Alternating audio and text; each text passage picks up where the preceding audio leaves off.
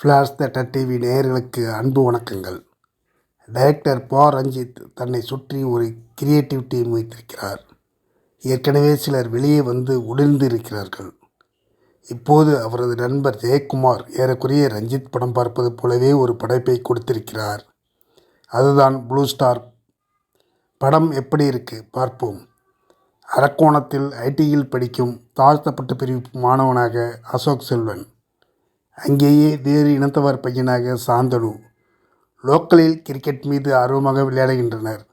அதில் அவர்கள் நிராகரிக்கப்படுவது என்றெல்லாம் நாட்டு நடப்புகளை சொல்லியிருக்கிறார் டைரக்டர். வேறு ஜாதி பெண்ணான உடன் படிக்கும் துணிச்சலான பொண்ணு கீர்த்தி பாண்டியனுடன் அசோக் செல்வனுக்கு காதல். சாதி ரீதியாக தனித்தனி பிரிவாக விளையாடுபவர்கள் ஒரு சூழ்நிலையில் ஒன்று சேர்ந்து விளையாடினால் வெற்றி என்ற சூழ்நிலை ஏற்படுகிறது. ஆனால் கீழ் ஜாதியினருடன் சாந்தனு மற்றும் நண்பர்கள் விளையாடுவதற்கு சாந்தனுவின் மாமா வட்டி பிஸ்னஸ் நடத்தும் பிரமுகர் எதிர்க்கிறார். ஒன்று சேர்ந்து விளையாடினார்களா? வெற்றிக்கனியை பறிக்க முடிந்ததா? அசோக் செல்வன் கீர்த்தி பாண்டியன் காதல் நிறைவேறியதா என்பதை சொல்லும் படம்தான் ப்ளூ ஸ்டார். அசோக் செல்வன், சாந்தனு, கீர்த்தி பாண்டியன், பாண்டியராஜனின் மகன் பிருத்திவிராஜ் எல்லோருக்கும் முக்கியமான படம் இது. சிறப்பாகவும் நடித்திருக்கிறார்கள்.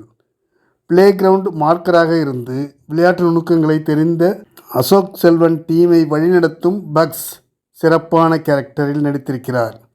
அசோக் செல்வனின் அப்பாவாக வரும் குமரவேல், அம்மாவாக வரும் லிஸி ஆண்டனி மிகையில்லாத நடிப்பு. படம் நன்றாகத்தான் இருக்கிறது. ஆனால் இந்த சப்ஜெக்ட் ஏற்கனவே பார்த்த படத்தின் சாயல் இருப்பதை மறுக்க முடியவில்லை. பல காட்சிகளில் என்ன நடக்கப் போகிறது என்பதை யூகிக்க முடிகிறது. மற்றபடி மேக்கிங், பெர்ஃபார்மன்ஸ், கோவிந்த் வசந்தாவின் இசை சூப்பர்.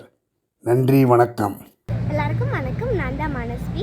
ஃப்ளாஷ் தேட்டர் டிவிக்கு லைக் பண்ணுங்கள், ஷேர் பண்ணுங்கள், சப்ஸ்கிரைப் பண்ணுங்கள், கமெண்ட் பண்ணுங்கள். மறக்காமல் அந்த பெல் ஐக்கானையும் கிளிக் பண்ணிடுங்க. அப்போ தான் உங்களுக்கு நோட்டிஃபிகேஷன்ஸ்லாம் வரும். Thank you all. Bye bye.